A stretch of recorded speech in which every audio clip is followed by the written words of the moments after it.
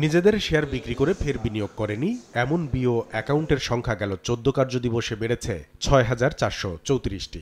এর আগে গেল ১১ আগস্ট থেকে ১৪ কার্যদিবসে আসার পালে হাওয়া লাগিয়ে আবারও বাজারে ফিরেছিলেন ৯,০৮৯টি বিও অ্যাকাউন্টধারী। অর্থাৎ হাসিনা সরকারের পতনের পর শেয়ার বাজার খানিকটা চাঙ্গা হলেও আবারও বিনিয়োগকারীদের ঘিরে ধরেছে হতাশা। এখনকার এই পরিস্থিতিতে বাজার সার্বিকভাবে আনস্টেবল।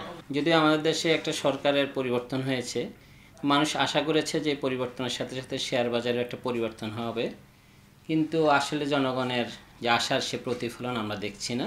আমরা যারা রিটায়ার্ড কইরা আমরা এই শেয়ার বাজারে আসছি, কিছু বিনিয়োগ করব, সৎভাবে ব্যবসা করব, আমাদের আস্থার জায়গাটা যেন ফিরে আসে।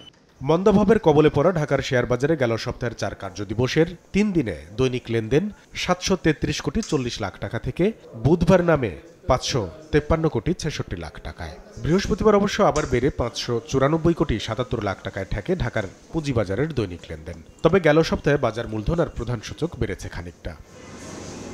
উত্থান পতনের এমন দোলাচলে যখন দুলছে দেশের শেয়ার বাজার, তখন এজন্য শুধু কারসাজিকে দায়ী করতে চান না ইনভেস্টমেন্ট কর্পোরেশন অব বাংলাদেশের চেয়ারম্যান।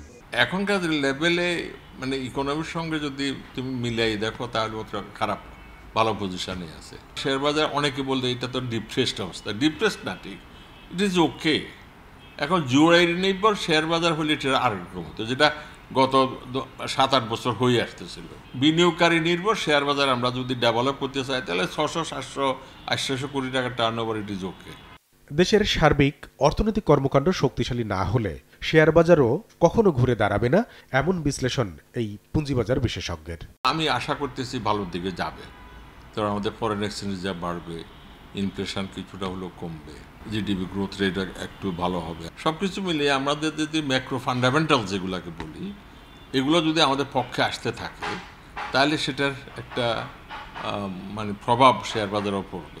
গেল সপ্তাহের লেনদেনে অবশ্য আগের সপ্তাহের মতো দাম বৃদ্ধির শীর্ষ ৫ কোম্পানির মধ্যে জেড ক্যাটাগরির কোনো প্রতিষ্ঠান না থাকলেও দাম কমতির তালিকায় থাকা শীর্ষ ৫ কোম্পানির মধ্যে ৩টি ছিল সবচেয়ে ভালো মানের তালিকাভুক্ত প্রতিষ্ঠান, অর্থাৎ এ ক্যাটাগরির প্রতিষ্ঠান।